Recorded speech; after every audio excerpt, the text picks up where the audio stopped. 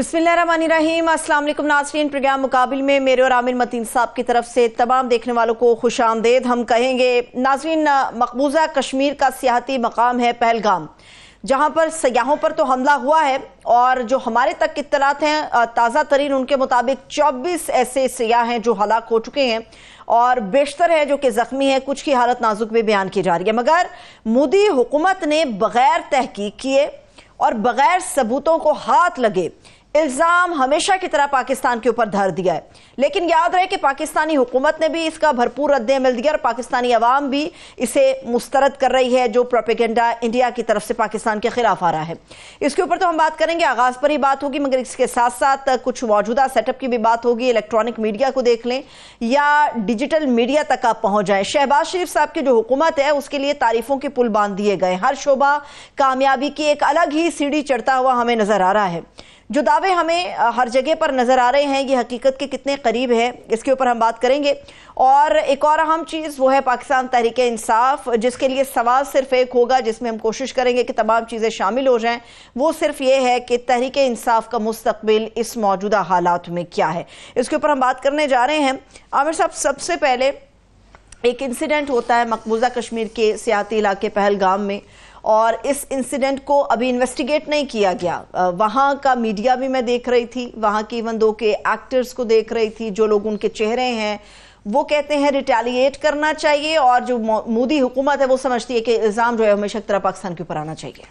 जी, ये वाक़या हुआ है और अभी वाक़े की तफ्तीश नहीं हुई है, तो जिस तरह आपने बताया इल्ज़ाम उन्होंने पाकिस्तान पे तकरीबन धर दिया है।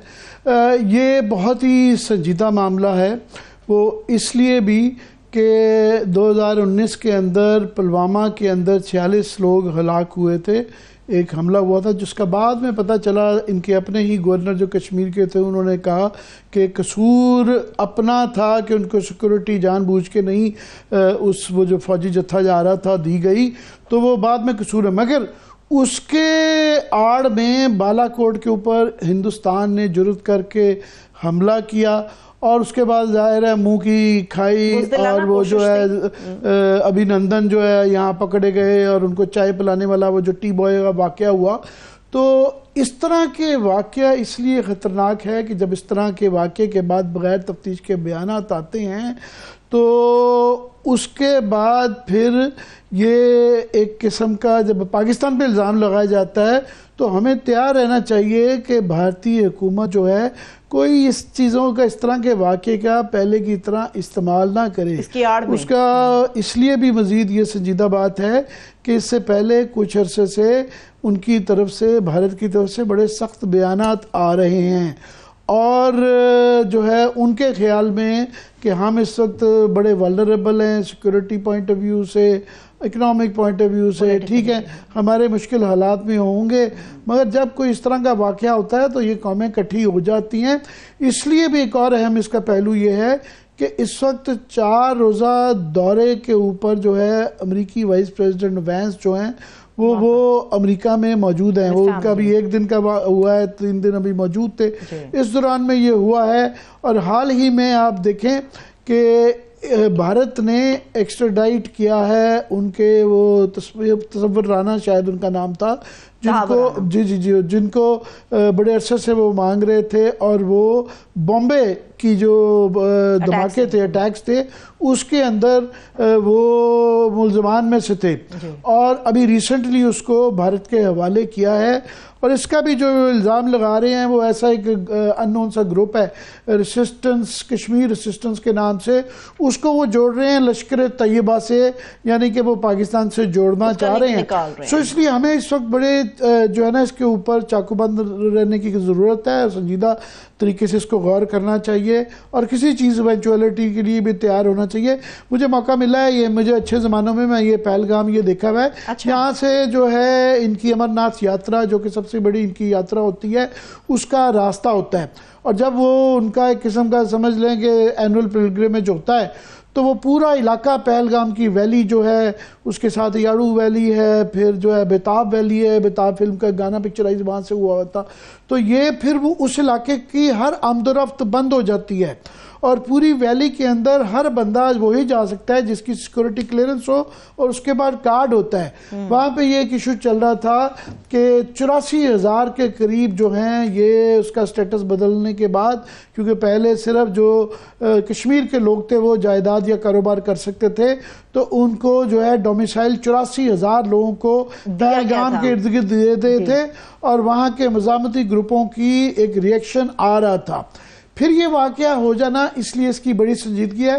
पर मैं सिर्फ उम्मीद करता हूँ कि हमारी हुकूमत पाकिस्तान जो है इसको बड़ा सीरियसली ले, क्योंकि अभी तक जो है उनका जो इसके अलावा भी जो खित्ते में मिसाइल हैं, अफगानिस्तान, ईरान और जो आलमी जो टेरर वॉर हो रही है, हुकूमत गायब है, हुकूमत उन पे भी बयानात नहीं आ रही और उनकी जो लड़ाइयाँ हैं यहाँ बड़ी पैटी नेचर की, और वो पीपल्स पार्टी वर्सेस नून लीग, ये नहरों के पानी के ऊपर ही लड़ाइयाँ जो चल रही हैं वो इतनी शदीद हो गई है कि वो शायद इसको उतनी तवज्जो ना दे पाएँ। इसलिए हमें उम्मीद है कि इसको लोकल लड़ाइयों को, ख़ास तौर पे मैं ये नहरों के पानी का भी जिक्र कर दूं कि ये जो इतनी बहस है, ये एक तो इसका सियासी पहलू है कि अब वो क्योंकि सड़कों पे लोग आ चुके हैं, सिंध में बहुत रिएक्शन आया हुआ है, मगर उसके टेक्निकल साइड पे कोई नहीं जा रहा।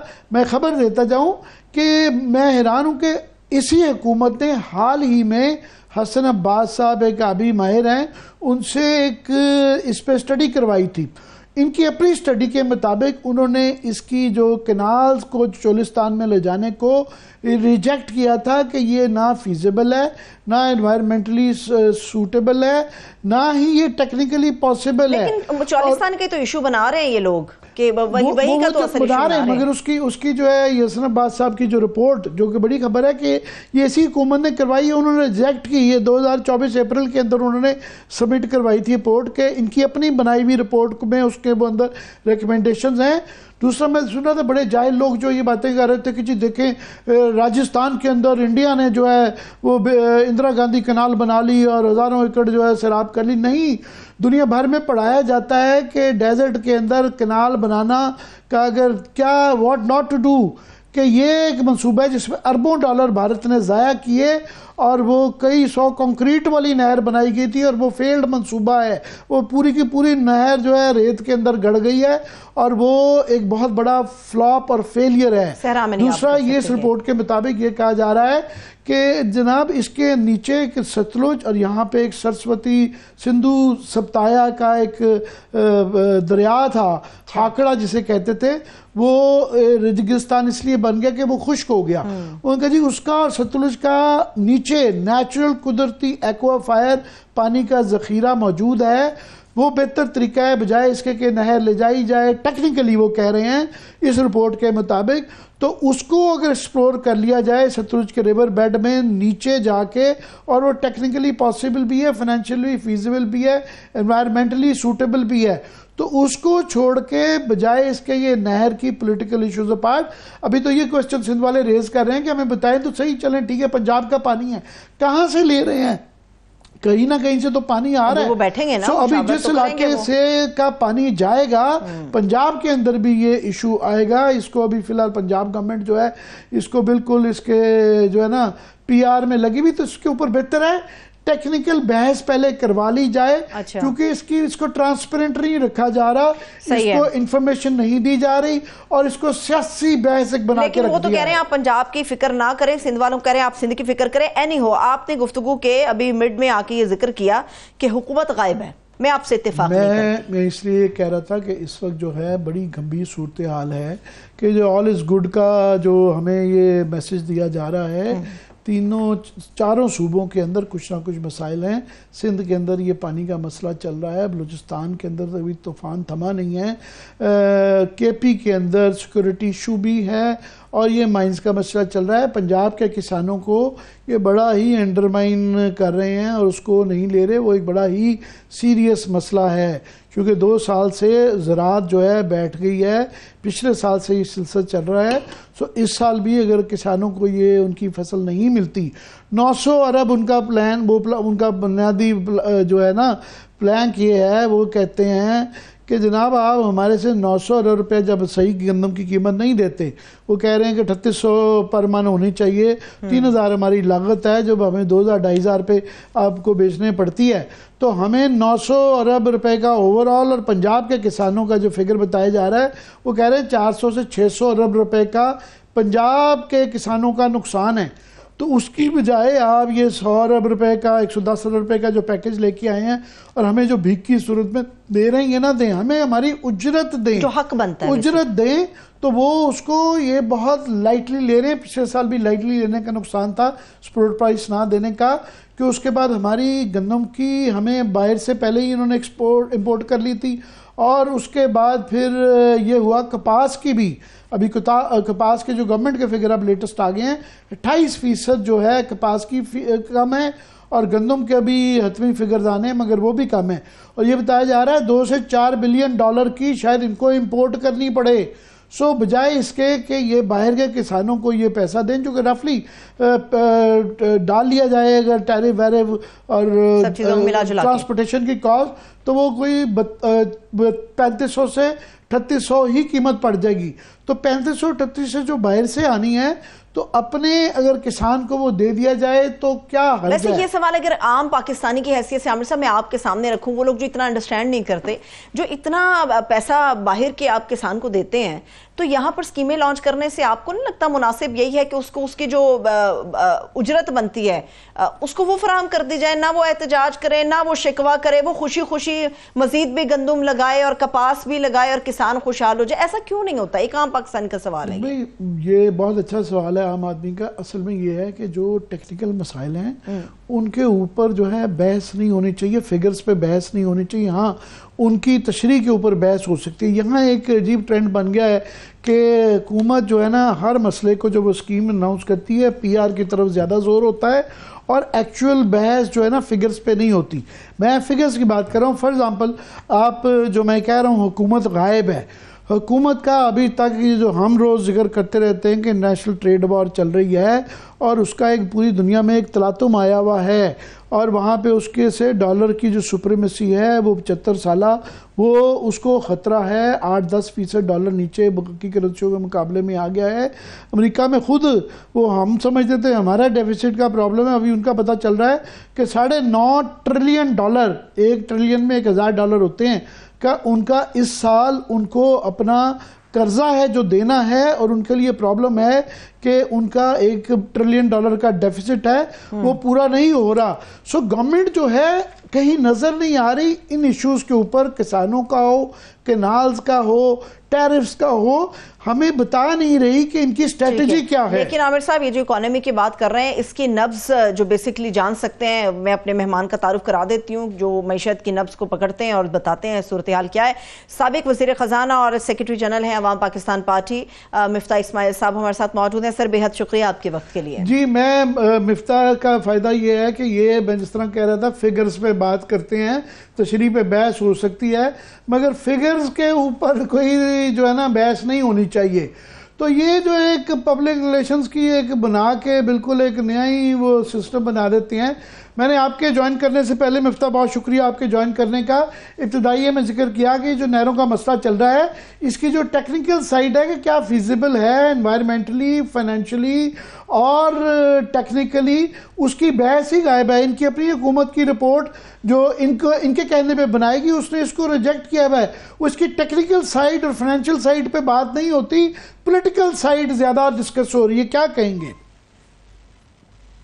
देखिए, ये तो अलमिया हमारे मुल्क का है, ना सिर्फ नहरों पे बल्कि ये जो आप गंदम की बात कर रहे थे इस पे भी, और बहुत सारे और दीगर मसलों पे, कि जहां हम जज्बात में और सियासी नारेबाजी से फैसले फरमाते हैं, फैसले करते हैं, और हम टेक्निकल चीज़ें नहीं करते। पानी तो आप जानते हैं आमिर भाई कि बहुत ज़्यादा मिसमैनेज्ड है पाकिस्तान में, और ये इसकी वजह से आज एक्चुअली यहाँ पे मसला है। देखिए, पॉपुलेशन बढ़ रही है, सो हमको ज़्यादा खिता और जो है वो एग्रीकल्चर को देना है, इसमें तो कोई बहस नहीं है। और अगर हम ये जो रेगिस्तान जो है, चाहे वो थर का हो, चोलिस्तान का हो, बलूचिस्तान में हो, उनके अंदर अगर हम थोड़ी सी पानी दे के उसको ला सकें अपने एग्रीकल्चर प्रोडक्शन में, तो इससे अच्छी क्या बात हो सकती है।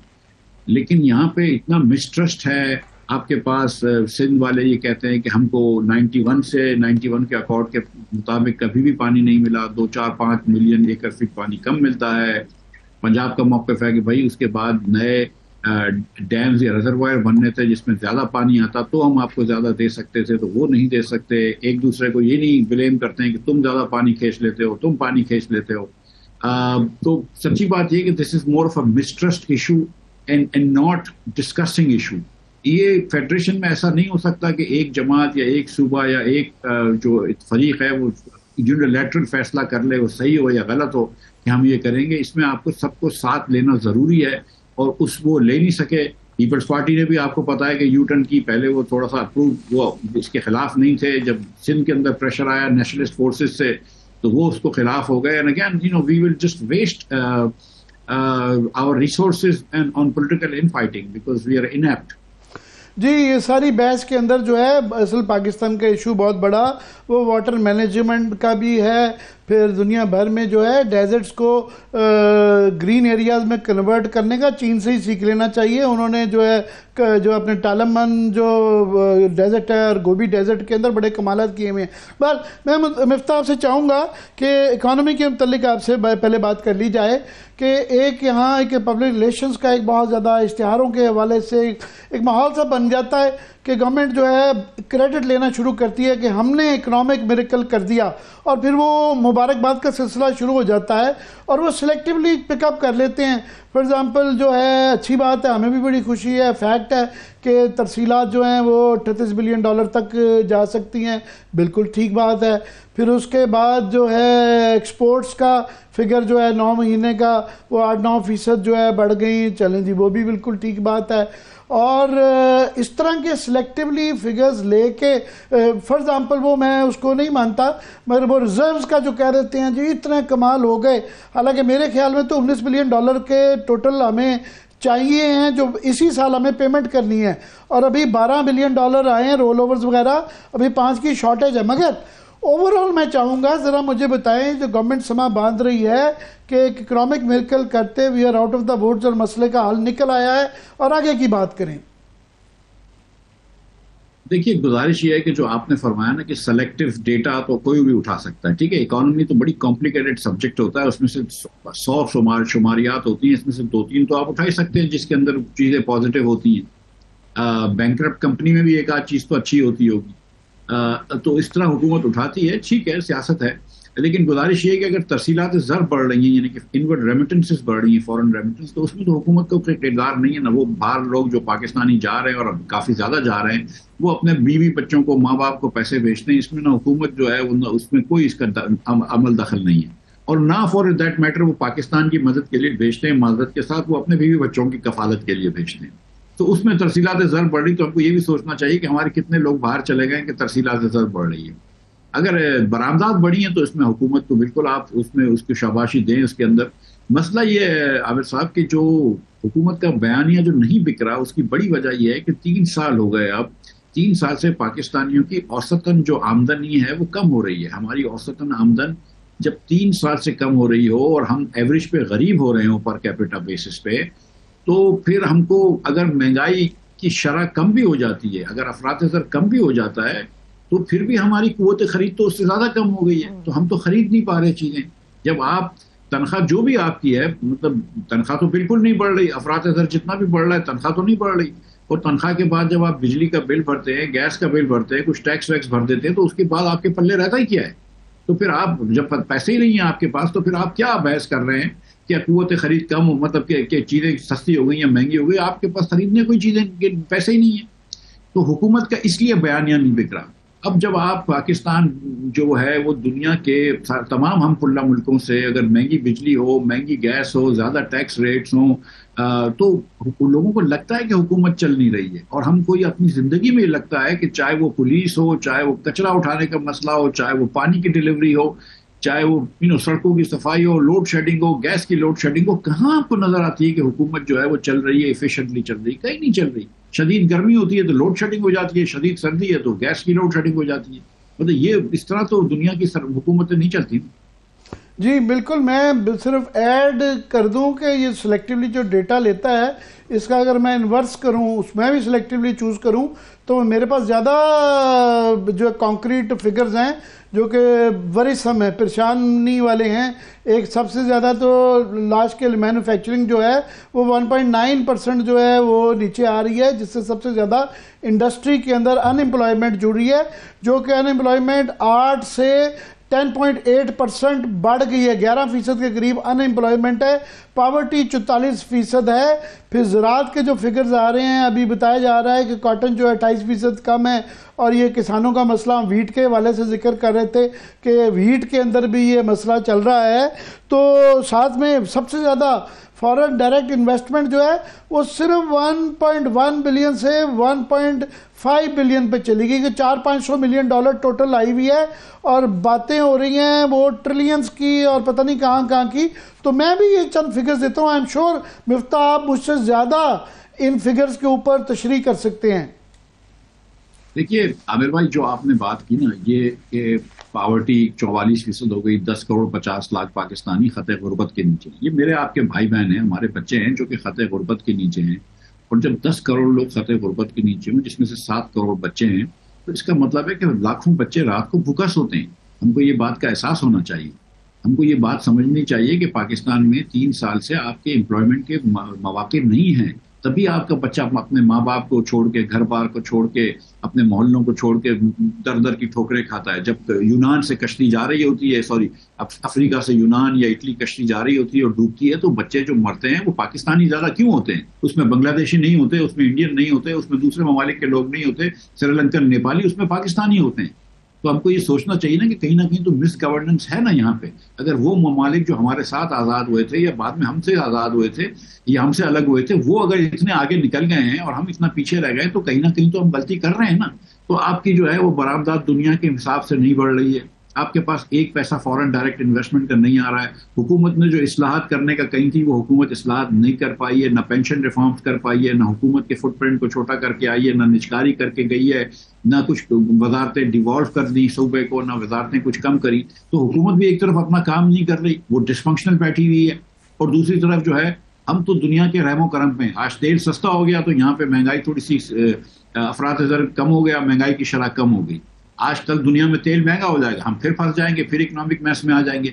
लेकिन जो हुकूमत ने माइक्रो इकोनॉमिक्स, पाकिस्तान की माइक्रो इकोनॉमी को तोड़ के रखा हुआ है, जो लोगों को गरीब कर दिया है। पहले ये होता था कि शायद लोग पैसे वाले होते थे, हुकूमत के पास पैसा नहीं होता था। आज हुकूमत ने तो ठीक है अपने आप को ठीक कर लिया है, लेकिन जो तेल के सस्ते होने की वजह से और दीगर वजह से और टैक्स बढ़ाने की वजह से, लेकिन जो लोगों को मार दिया है, जो बिजनेसेस को मार दिया है, उसका तो कोई पुरसाने हाल नहीं है। आज आप देख लीजिए कि पूरा सिंध जो है, एक आपने यूनिलैटरली फैसला किया कि आप कनाल्स बनाएंगे। आज पूरे सिंध में 10 दिन से या 8 दिन से सारी ट्रक्स रुकी हुई हैं, कोई ट्रांसपोर्ट नहीं हो रहा। ना पंजाब कोई ट्रक जा रही है, ना पंजाब से कोई ट्रक आ रही है, ना पोर्ट से कुछ जा रहा है। ये इस तरह मुल्क तो नहीं चलते ना। बिल्कुल, मैं उसमें आपने ये जो क्रेडिट, बड़ी अच्छी बात है कि हमारी एक्सपोर्ट्स जो हैं टेक्सटाइल की खास तौर पे, और वो ज़्यादातर जो अच्छी बात यह है कि वैल्यू एडिड जो हैं वो गारमेंट्स और अपैरल वगैरह उसकी बढ़ी है। मगर एक ये दुनिया में इस वक्त जो ट्रेड वॉर चल रही है, और अमेरिका हमारा सबसे बड़ा एक्सपोर्टर है, $5.5 बिलियन के करीब हमारी एक्सपोर्ट्स हैं। अब उसके नतीजे में हमें इसको ख़तरा है कि इसके मतलब हमें नहीं पता गवर्नमेंट ने क्या स्ट्रेटजी बनाई है, सिवाय इसके कि एक टीम जाके नेगोशिएट करेगी। ये जो मिफ्ता, मैं चाहूँगा कि लार्जर पर्सपेक्टिव में इस वक्त जो पूरी दुनिया का फाइनेंशियल ऑर्डर, पॉलिटिकल ऑर्डर जो चेंज होने जा रहा है, जो कि एक अपॉर्चुनिटी भी हो सकता है, क्योंकि जिस तरह ऑयल आपने बताया, और भी कमोडिटी प्राइसेस नीचे होंगी, और लोग अपने आप को तैयार कर रहे हैं कि इसके मुताबिक अपने आप को मंडी के तौर पे बेहतर पेश कर रहे हैं कि हम अपने हालात ठीक करें, ताकि जो आप सप्लाई चेन का हिस्सा बन सकें। हमारे यहाँ कोई अभी तक स्ट्रैटेजी एक तो आई नहीं। दूसरा, आपके ख्याल में गवर्नमेंट को इन हालात में क्या करना चाहिए, क्या सोच विचार करना चाहिए, और क्या स्ट्रैटेजी होनी चाहिए? देखिए आमिर भाई, पहले तो अपना घर मजबूत करना चाहिए। ठीक है, आपने जो बात की कि पाकिस्तान में लार्ज स्केल मैन्युफैक्चरिंग जो है वो सिर्फ 1.8% से कम हुई। मैं आपको ये बताना चाहता हूँ कि पिछले 3 साल में, यानी कि 12 क्वार्टर्स में, 10 क्वार्टर में लार्ज स्केल मैन्युफैक्चरिंग कम हुई है। ये पहला साल पाकिस्तान का है मेरे ख्याल से 1950 की सदी की दहाई के बाद कि जिसमें 5 मेजर क्रॉप पाकिस्तान के होते हैं, पांचों की पैदावार कम हुई है। गंदम की पैदावार कम हुई है, कपास की पैदावार कम हुई है, चावल की पैदावार कम हुई, गन्ने की पैदावार कम हुई और मकई की पैदावार कम हुई। ये 5 के 5। तो हमको ये सोचना चाहिए ना कि कहीं हमारी एग्रीकल्चर पॉलिसी में भी सुकून है। ये जो आज जो पिछले इस साल जो गंदम पिछले साल से कम पैदा हुआ है, पिछले साल 31.3 मिलियन टन पैदा हुआ है, इस साल शायद 28 या 28.5 मिलियन टन पैदा होगा। ये जो कम पैदा हुआ है, ये फिर पिछले साल की हुकूमत की जो वादा खिलाफी थी, जब इन्होंने कहा कि हम आपसे 3900 रुपए का लेंगे और नहीं लिया और जो किसान रोड पे आ गया, उसकी वजह से हुई है। इस साल जो किसान नुकसान कर रहा है, इस वक्त जो 2000 रुपए या 2100 रुपए मन पंजाब में गंदम बिक रहा है, उसकी वजह से मजीद आप देखेंगे कि अगले साल होगा कम। और जो सितम ज़रीफी है वो ये है कि जो आज 2000 या 2100 रुपए मन में गंदम बिक रहा है और जो पंजाब में इन्वेस्टर्स ले रहे हैं, और इनका जो पैकेज है वो इन्वेस्टर्स के लिए रैली है, फार्मर्स के लिए नहीं है। और जो इन्वेस्टर्स आज ये खरीद रहे हैं गंदम, यही गंदम आपको सितंबर में ये 6000 मतलब ये 70 रुपए किलो बेचेंगे, यानी कि 2800 3000 रुपए किलो बेचेंगे, 3000 रुपए मन बेचेंगे। तो ये 800 रुपए प्रॉफिट करेंगे 3 महीने के अंदर, 50% प्रॉफिट इन 3 मंथ्स। और फिर उसके बाद दिसंबर में आपको ये गंदम इंपोर्ट करनी पड़ेगी और आपको अगले साल और करनी पड़ेगी इंपोर्ट, क्योंकि आपने इस साल की भी पॉलिसी गलत करी है।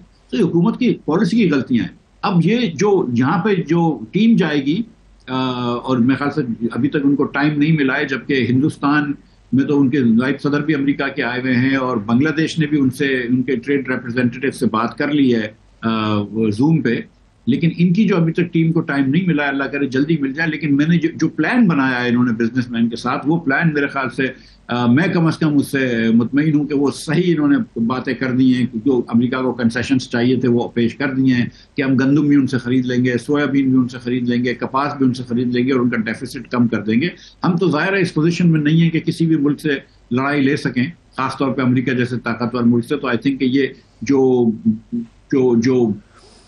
जो हम कंसेशंस अमेरिका को दे देंगे, मेरे ख्याल से वो मुनासिब है। मुफ्ता, आप बड़ी अच्छी बात कर रहे हैं कि अच्छी बात है कि ये अगर अमेरिका में हम ज़ाहिर है रिटेलिएट नहीं कर सकते, नेगोशिएट कर रहे हैं और हमारे पास हैं गुंजाइश वहाँ पे।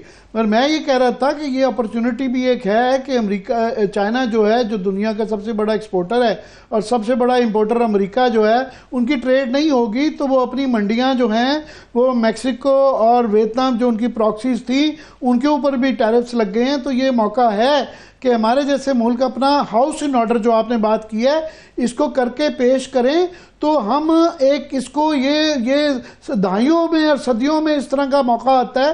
तो ये लार्जर चीन के साथ भी बात करने की जरूरत है, डेफिसिट कम करने की और अपने आप को बेहतर सप्लाई चेन का हिस्सा बनाने की।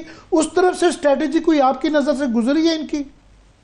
नहीं, उनकी कोई स्ट्रैटेजी नहीं है। देखिए, गुजारिश है आमिर भाई के पिछले 20-30 साल में पाकिस्तान में $1 भी बैरूनी सरमायाकारी नहीं आई जो पाकिस्तान से मसनूआत बना के बरामदात करते, एक्सपोर्ट करते। ठीक है, हमारे पास जो बाहर से पैसे आते हैं वो सिर्फ पाकिस्तानियों को बेचने के लिए चीज़ें होती हैं, यानी कि जैज़ वाले ने यहाँ पे लाइसेंस खरीद लिया या वो बैंडविड्थ खरीद लिया और फिर हमको टेलीफोन सर्विसेज भेज दी, या किसी ने इधर आके वो असेंबली प्लांट लगा के हमको गाड़ियां भेज दी। यहाँ से बना के मसनूआत बाहर नहीं बेचते, जो वियतनाम का फोर्ट है कि वो लेकर आते हैं या बांग्लादेश लेके आती है। और जिस मुल्क में 2,70,00,000 बच्चे स्कूल में नहीं हों, जिस मुल्क में 10 में से 8 बच्चे जो हैं वो 2 जुमले उर्दू में नहीं पढ़ सकते हों 10 साल की उम्र में, वो मुल्क कहीं नहीं जा रहा। मैं आपसे मुझे शर्म आती है ये कहते हुए, लेकिन माजरत के साथ कि पाकिस्तान इस अपॉर्चुनिटी को भी खो देगा। पाकिस्तान ने CPEC की 10 साल पहले एक तारीखी अपॉर्चुनिटी थी, उसको हमारे सियासी और दीगर लीडरान ने खो दी। अब हम इस अपॉर्चुनिटी को भी खो देंगे। हर किस्म की अपॉर्चुनिटी जो आती है, जो शौकत अजीज साहब के ज़माने में थरकोल की अपॉर्चुनिटी आई थी, वो भी हमने खो दी। Pakistan is a case of missed opportunities and ये सिलसिला चलता रहेगा। हम ना, क्योंकि हमारी गवर्नेंस जो है वो डिसफंक्शनल है, हमारी गवर्नेंस जो है वो फंक्शनल ही नहीं है कि किसी मौके से फायदा उठाएं। जी, ये इन हालात के अंदर वो जो एक आधा गोरा ले आते हैं फिर सारे टीवी चैनलों पे उसको चला देते हैं, जिस तरह आप फरमा रहे हैं, तो वो इन्वेस्टमेंट मैंने बताया है कि वो 1 बिलियन से 1.5 बिलियन पे पहुंच गई है। बातें करते हैं वो ट्रिलियंस की, और एक्सपोर्ट्स के जी वो $100 बिलियन की एक्सपोर्ट हो जाएगी। तो ये उस पे राय में तो ये जो ग्रोथ बता रहे हैं ये कोई ज़्यादा नहीं है।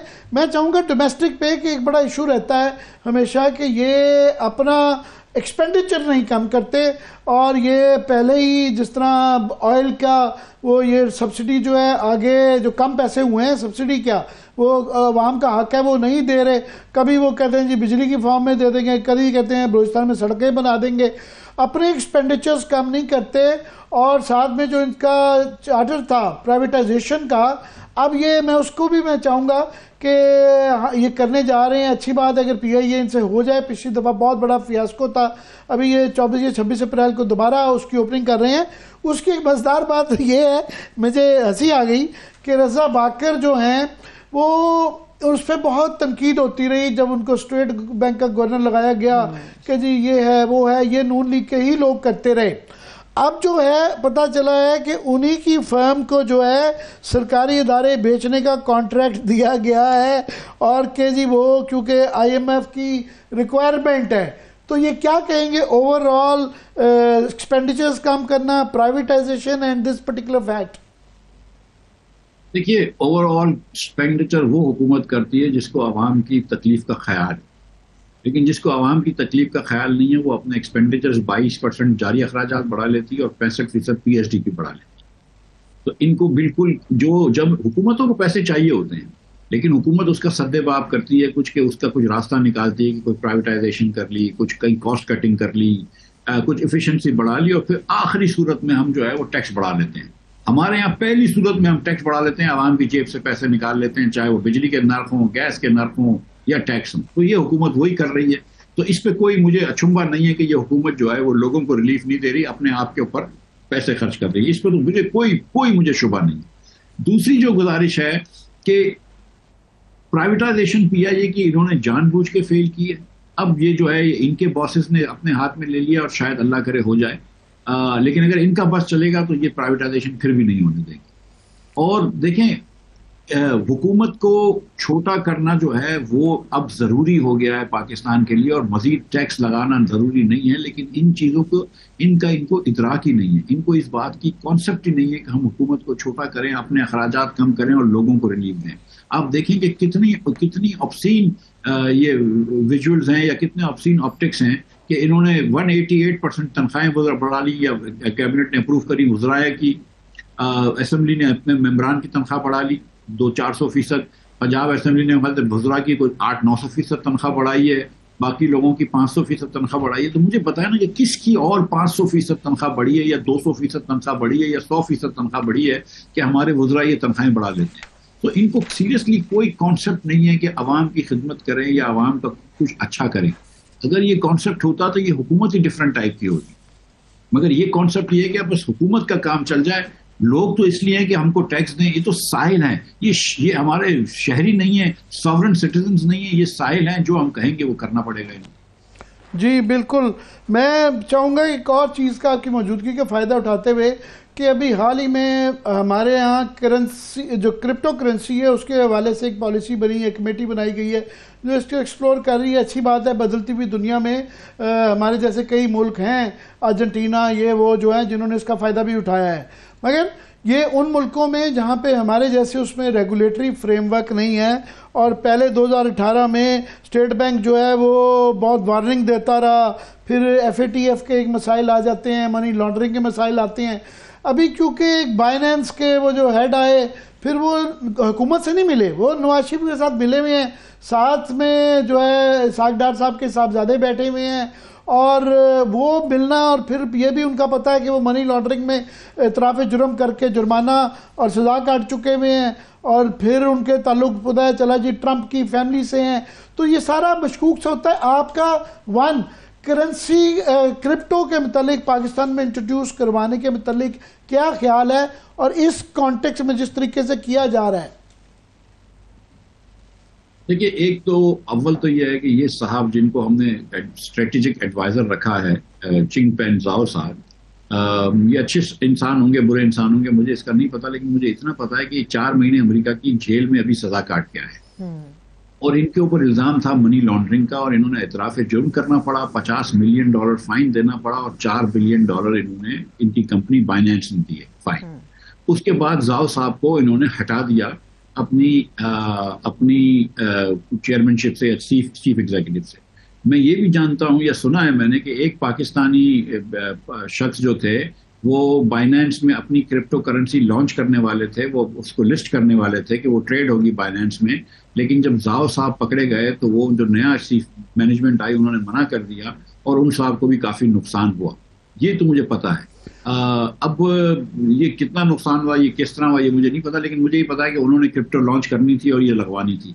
अब ये जाओ साहब को लाना, आप मुझे बताएं कि एक कन्विक्टेड मनी लॉन्ड्रर को हम क्यों लेकर आए? उसको जरूर ये क्रिप्टो का बिजनेस आता होगा, लेकिन क्या क्रिप्टो का बिजनेस एक ही आदमी पूरी दुनिया में आता है? मैं इसमें सिर्फ ऐड कर दूं कि उनके ऊपर जो अमेरिका के अंदर $3-4 बिलियन का जो जुर्माना भी किया गया था, मनी लॉन्ड्रिंग के अंदर सिर्फ मनी लॉन्ड्रिंग नहीं थी, वो उसके अंदर जो है दहशतगर्दी को और ड्रग्स वाले लोगों को फाइनेंस करने की उनकी मनी लॉन्ड्रिंग का इल्जाम था, जो कि FATF का हम शिकार रहे हुए हैं और हमारे पे वैसे ही ये इल्जाम लगता है, वो ज्यादा एक डिफिकल्ट सिचुएशन होती है। जी जो दूसरी बात है, और जो पहला आपने सवाल का पहला जो हिस्सा था वो ये था कि क्या हमको क्रिप्टो के काम में जाना चाहिए, तो मैं आपको गुजारिश ये कर रहा हूँ कि हमको, पाकिस्तानियों को, हुकूमत को क्रिप्टो समझ में नहीं आती। हमसे एयरलाइन नहीं चलती, PIA जो कि आसान बिजनेस है ना, दुनिया में 100 साल से ये बिजनेस हो रहा है।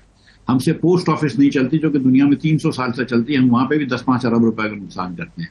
हमसे रेलवे नहीं चलती, हम वहां पे 109 अरब रुपए का नुकसान करते हैं। आपको ये लगता है कि हम क्रिप्टो का काम कर सकते हैं?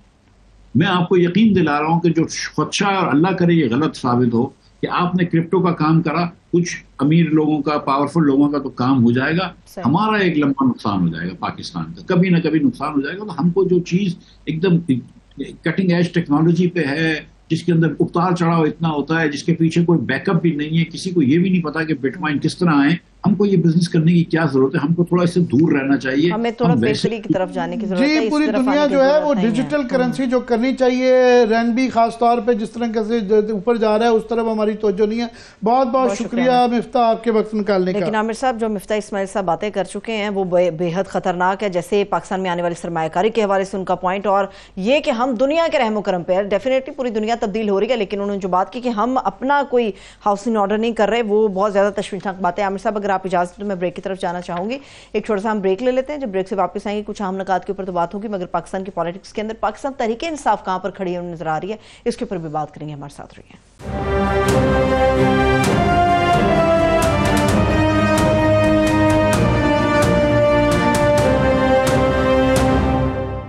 ब्रेक के बाद एक मरतबा फिर से खुशामदीद कहेंगे हम अपने तमाम देखने वालों को। पाकिस्तान की सियासत के ऊपर बात करेंगे, खासतौर पर तहरीक इंसाफ के मामलात के हवाले से हम बात करने जा रहे हैं। इस वक्त बैरिस्टर अबूजर सलमान नियाज़ साहब हमारे साथ मौजूद हैं, जो कि मेंबर है कोर कमेटी पाकिस्तान तहरीक इंसाफ के। बहुत शुक्रिया नियाज़ साहब, थैंक सो मच आपके वक्त के लिए। आमिर साहब, हम हमेशा PTI से रिलेटेड बहुत सारी ऐसी चीज़ें होती हैं जिनके ऊपर बात करते हैं, सवाल करते हैं अपने मेहमानों से। मैं आपके सामने सवाल रखती हूँ, लेकिन अब तो दिल चाहता है बस एक ही सवाल कर ले कि फ्यूचर क्या है? जो चीज़ें बनती हुई नजर आ रही है उसके बाद तो फ्यूचर समझ नहीं आ रहा कुछ भी। आज के सारे प्रोग्राम में हमने जो इश्यूज रेज किए हैं कि इस वक्त जो है ये जो इंडिया के अंदर, कश्मीर के अंदर पहलगाम में जो हमला हुआ है, हमें बहुत चाको चौबंद रहने की ज़रूरत है। ये खित्ते की बात की है, ईरान में जोरी जंग का ख़तरा है, अफ़गानिस्तान के साथ जो अमेरिका के रवाबत बढ़ रहे हैं, चीन टैरिफ वॉर के अंदर वो साया है, खित्ते में, दुनिया में क्या बहसें हो रही हैं और लोग अकॉर्डिंगली एडजस्ट कर रहे हैं। हमारे यहाँ क्या सबसे बड़ा इशू क्या चल रहा है? इमरान खान के साथ आज जो है ना मुलाकातें होनी थी, वो 6 बंदों में वो हुई कि नहीं हुई। हाँ, अबूजर सलमान नियाज़ी साहब, बैरिस्टर साहब, आज पहले तो लेटेस्ट बता दें कि इस मसले का हल जो है आज लेटेस्ट क्या था? कौन मिल पाया, कौन नहीं मिल पाया, क्यों नहीं मिल पाया?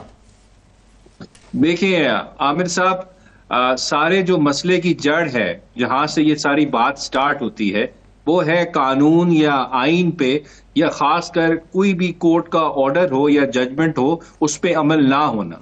अब इस्लामाबाद हाई कोर्ट के लार्जर बेंच की, उनके चीफ जस्टिस की अपनी जजमेंट है, अपना ऑर्डर है कि सलमान अकरम राजा साहब एक लिस्ट प्रोवाइड करेंगे और वो लिस्ट एक दिन पहले दी जाएगी, और उसके बाद उसी लिस्ट के मुताबिक जो लोग हैं वो खान साहब से मुलाकात करेंगे, बेशक वो वकला हैं, फ्रेंड्स हैं या फैमिली हैं। लेकिन वहां पे अडियाला के अंदर तमाशा क्या होता है, ना कोर्ट का ऑर्डर माना जाता है, ना आइन माना जाता है, ना कानून माना जाता है, सिर्फ अपनी मर्जी की लिस्ट अदालतें जो है वो खुद बनाता, जो सुप्रीडेंट जेल है या वो शख्स जो वहां पे पोस्टेड है, जो सारे उस जेल को कंट्रोल कर रहा है, वो अपनी मर्जी की लिस्ट बना के देता है, फिर वहां एंट्रीज होती हैं। जो लोग खान साहब को मिलना चाहते हैं, जिनको खान साहब मिलना चाहते हैं, जिनको अपना ऑर्डर देना चाहते हैं, अपना मैसेज देना चाहते हैं, वो खान साहब से नहीं मिल पा रहे। अगर हमारे मुल्क में हमने प्रायोरिटीज ही ये रखनी है कि जी हमने ना आइन माना ना कानून माना, तो एक मुआशरा जो बगैर कानून के मुआशरा होता है वो मुआशरा नहीं होता, वो सोशल कॉन्ट्रैक्ट टूट जाता है। आपके आईने पाकिस्तान सोशल कॉन्ट्रैक्ट है। अगर अदालत का आप ऑर्डर नहीं मानेंगे, आप कहेंगे मैं नहीं मानता। मुझे हंसी इसलिए आ गई थोड़ी सी आपकी बात सुन के कि यहाँ सुप्रीम कोर्ट के मुताबिक ऑर्डर है 90 दिन के इलेक्शन कराना, ब्ला ब्ला ब्ला, और ये इस्लामाबाद हाई कोर्ट वही नहीं है जिसके 6 जज वो लोग कहते हैं अपने आप को इंसाफ नहीं दिलवा सके, उनका मुकदमा चल रहा है, उसका भी फैसला होना है कि उनकी सीनियरिटी होनी है नहीं होनी है।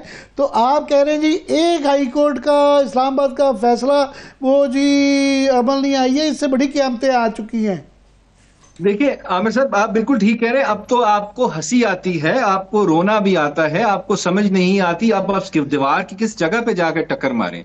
क्योंकि मसला क्या है, देखिए हम आइन को मानते हैं, हम कानून को मानते हैं, बुनियादी हकूक को मानते हैं, हम जमहूरियत को मानते हैं, लेकिन क्या कुछ ऐसे लोग हैं जो समझते हैं ये सारी बातें जो हैं किताबों में अच्छी लगती हैं, असल में माइट इज राइट है, जो ख्वाहिश है वही हुक्म है, वही कानून है, वही आइन है। अगर आपने इस तरह मुल्क चलाना है तो फिर तो आप खत्म कर देना मुल्क के अंदर जमहूरियत, और आप ऑर्डर कर दे जी हम 1200 वाले बरतानिया में चले गए या यूरोप में चले गए जहां पे बादशाह थी, जब जो बादशाह का सुबह दिल करता था वो कहता था आज सुबह इसको गंजा कर दो, इसका सर कलम कर दो, इसको कैद में डाल दो, इसको सोबत में डाल दो। यही वाला अगर कानून आपने रखना है तो आप रखें। लेकिन अबूजर साहब, आप हो और पाकिस्तान तहरीक इंसाफ के जितने भी और दीगर बड़े वकला हैं वो अभी तक इस बहस के अंदर है कि जी अदालत ने हुक्म दिया था मगर उस हुक्म की तामील नहीं हो रही, मुलाकात के लिए जाते मिलने नहीं दिया जाता। फैसल चौधरी साहब ने आज टीवी पे बैठ के बड़ी काम की और पते की बात की है। उन्होंने ये कहा है कि जी ये जो वकला कहते हैं ना कि हमें मिलने नहीं दिया जा रहा है, जिन लोगों को आगे नहीं बढ़ने दिया जाता है, मुलाकात का शर्फ हासिल नहीं होता, तो वो ये कहते हैं कि अगर वकील हो के आप ही खान साहब के लिए कोई रिलीफ का बंदोबस्त नहीं कर सकते तो फिर वकील कैसे। तो फैसल चौधरी साहब की जीत हो गई कि बगैर नाम के भी वो खान साहब का दीदार भी कर आते हैं, मिल भी आते हैं, सब कह भी देते हैं, बता भी देते हैं। नहीं ऐसे नहीं है। देखें, अगर आपके ऊपर अडयाला में वो शख्स जो गैर कानूनी तौर पे पोस्टेड है, बैठा है, वो अगर आपके नाम पे क्रॉस लगा देना, आप इस वक्त याया अफरीदी साहब से भी ऑर्डर ले आए ना, अदालतों की वो हालत है, आपको अंदर कोई नहीं जाने देगा। मैं आपको ये लिख के दे रहा हूं, और ये हो चुका है सलमान सफदर साहब के साथ। सुखान साहब से मिलना इस वक्त कोई बहुत बड़ी अचीवमेंट नहीं है, और ये कहना कि ये मेरी विक्ट्री है, ये विक्ट्री नहीं है।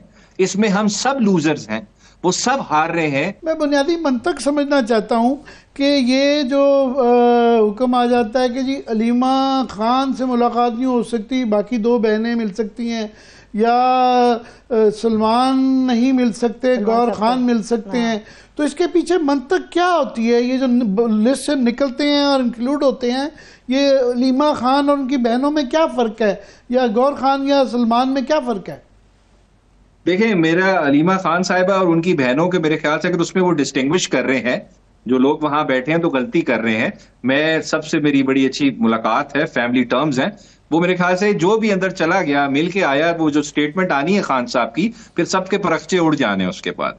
लेकिन जहां तक आप सलमान अकबर राजा साहब की बात कर रहे हैं, देखिए उन पे तो जानबूझ के कदगन लगाई गई है, क्योंकि वो जब बोलते हैं तो फिर पाकिस्तान सुनता है, और वो बोलते हैं जो खान साहब कहते हैं एज इट इज, वही बात करते हैं। लेकिन क्या गौहर साहब एज इट इज नहीं बयान करते? अबूजर साहब, गौहर साहब क्या एज इट इज बयान नहीं करते जो उनको इजाजत मिलती है बाहर आके कुछ? देखिए हर किसी की तबीयत में फर्क होता है, हर किसी की नेचर डिफरेंट होती है। गौहर साहब को पता है धीमे मजाज के हैं, जरा वो नपे तुले अल्फाज में बात करते हैं, उनकी पर्सनैलिटी वैसी है। अब मुझे अडयाला में इजाजत नहीं है जाने की, मुझे आप भेजेंगे, मैंने भी वही बात करनी है, उसी टोन के साथ वैसी एग्रेसिव होके जो खान साहब करते हैं या सलमान राजा साहब करते हैं। हमें नहीं अलाउ, सिर्फ वो लोग अलाउड हैं अडयाला के अंदर जो मेरे ख्याल से थोड़ा मेलो तरीके से बात करते हैं। मॉरल ऑफ द स्टोरी ये निकली कि नरम गुफ्तार धीमे मिजाज के लोग जो हैं उन्हीं को लिस्ट में दिया करें आप। जब चेयरमैन बना दिया पीटीआई का तो बाकी सेक्रेटरी भी नरम गुफ्तार ढूंढ लें, joint secretary, media secretary. Aamir साहब, वो अरिस्टोटल ने बड़ी प्यारी बात की थी, जो डाइवर्सिटी होता है ना उसी के अंदर ब्यूटी होती है। तो अगर हम सारे ही नरम गिरफ्तार लोग रख लेंगे तो फिर सख्त बात कौन करेगा? वो बात कौन करेगा जिससे लोगों के पर जलते हैं? वो बात कौन करेगा जो कड़वा सच होता है? साहब, असल मकसद तो इमरान खान साहब से मिलना है, उनके मामलात को डिस्कस करना है, हिदायत लेना है, केसेस को परसू करना है। तो असल मामला अगर धीमे मिजाज से हो सकता है तो फिर सख्त या हार्ड लाइनर बनने की क्या? देखिए, आप इस वक्त बात कर रही हैं कि हम फॉर इंस्टेंस, आप मतलब जो मुझे समझ आ रही है, मैं आपको क्रिटिसाइज नहीं कर रहा कि हम सौदा कर लें। नहीं, मैं ऐसा नहीं कह रही। मैं इसको दूसरे पैराए में कहता हूं कि politics is the art of the possible. तो अगर असल नहीं बिल्कुल मैं इसीलिए मंतक पूछ रहा था। वो पॉइंट ये है कि असल मकसद ये है कि इमरान खान की सोच इस वक्त क्या है और वो मेजर इश्यूज के ऊपर अपनी पार्टी को क्या तलकीन करना चाहते हैं। तो गौर खान साहब को भी इसमें नरफ़ की बात नहीं है, उनको भी जो वो कह रहे हैं उस तरह ही आके जिस तरह बाकी लोग बयान कर रहे हैं, तो वो बयान क्या नहीं कर पा रहे हैं, जो ये गैप है। देखिए आमिर साहब, मैं इस वक्त, आप कह रहे थे ना, मैं उधर आता हूँ, politics is the art of possible, आप कह रहे हैं, बिल्कुल मैं ठीक कह रहा हूँ। This is about rule of law. Court says, the law says कि मैंने लिस्ट जो देनी है वो लोग मिलेंगे। कौन होता है डिसाइड करने वाला? कौन है किसी का जो चैंपियन है जो डिसाइड करेगा जी नहीं ये लोग मिलेंगे, ये लोग नहीं मिलेंगे? ये एब्सोल्युटली रिडिकुलस है।